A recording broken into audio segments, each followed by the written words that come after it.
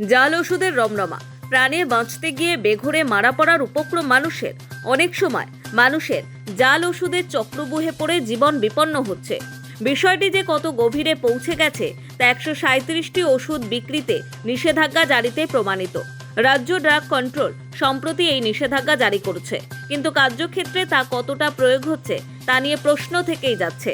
জাল ওষুধের রমরমা বাড়ছে, মানছে অনেক ব্যবসায়ী সংগঠন। এবার সীমান্ত থেকে সুন্দরবনে মানুষকে নকল ওষুধ থেকে বাঁচাতে বদ্ধপরিকর Bengal chemist and druggist association.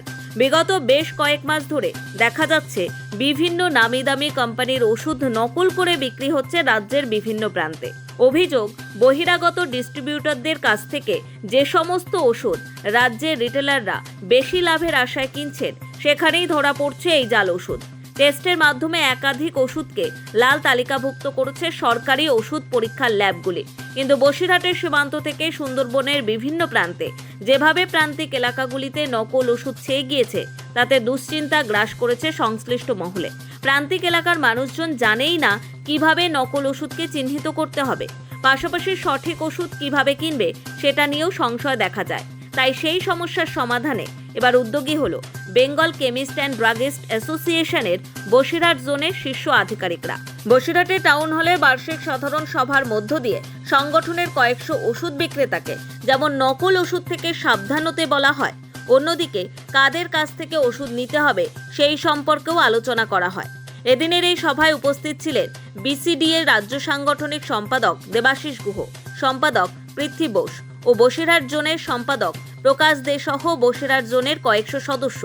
BCD এর রাজ্য সম্পাদক পৃথ্বী বোস বলেন, বিগত 2 মাসে আমরা 50টির বেশি সভা করেছি।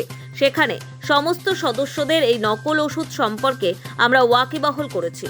বিসিডি এর বসিরহাট জোনের সম্পাদক প্রকাশ দে বলেন, বসিরহাটের সীমান্ত ভোজাডাঙ্গা থেকে শুরু করে স্বরূপনগর, বাদুরিয়া ও সুন্দরবনের প্রান্তিক এলাকায় আমরা বিগত মার্চ মাসের 23 ও 24 তারিখ ট্যাবলোর মাধ্যমে মানুষকে সচেতন করেছি।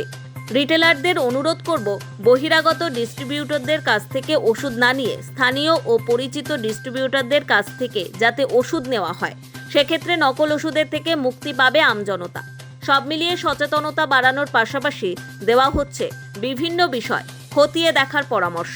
আমাদের রাজ্য নেতৃত্ব যেভাবে আমাদের পথ দেখাচ্ছে, বিভিন্ন পোস্টার, হোর্ডিং, ক্যাসেট সম্বলিত আমরা গত 23 এবং 24 মার্চ বসিরহাটের কোনায় কোনায়, আপনারা যে লোকাল ছেলে হলে জানবেন কোথায়, ইটিন্ডেঘাট বর্ডারের ধারে, বাংলাদেশ বর্ডারের ধারে, ওদিকে স্বরূপনগর, 48 ঘন্টাভাবে আমরা ট্যাবলো সুসজ্জিত করে ক্যাসেট বাজিয়ে লিফলেট ছেড়ে দোকানে দোকানে আমরা পোস্টার মেরে মানুষকে সচেতন করছি যে আপনারা ভেজাল ওষুধ থেকে সাবধান হন এবং পরিচিত দোকান থেকে ওষুধ কিনুন।